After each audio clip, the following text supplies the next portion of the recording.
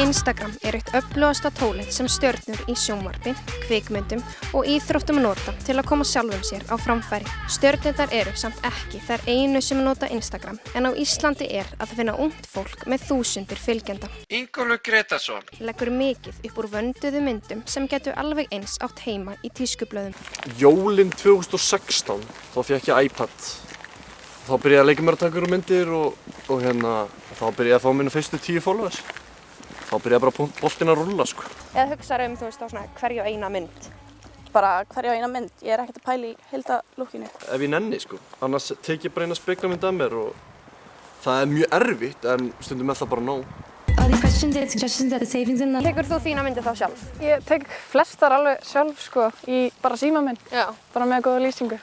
Ég stilli símanum mínum upp á timer. Það getur líka verið svolítið strembið, sko, að taka þér svona sjálfur, sko, tekur rosalega mikið tíma og ég meina eftir eina speglamynd þá get ég kannski, þá tek ég mér bara frí í vinnunni, sko. Af því að þetta er rosalega mikið vinna að taka eina svona mynd. Það getur alveg verið mjög erfitt, sko. Læturðu mynd daglega eða einu sinni í viku eða bara misjafnt?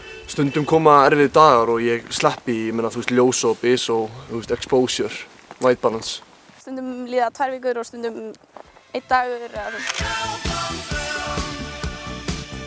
Hvað farið þið aldrei svona tilboðum að auglýsa einhver hluti? Ég fengi það kannski svona 3 og 4 sinnum. Örugglega daglega einhver svona tilboð, ég bara reyna að passa það að fela. Ég er kannski með mynd af Omagio, dagbókina mína og KitKat.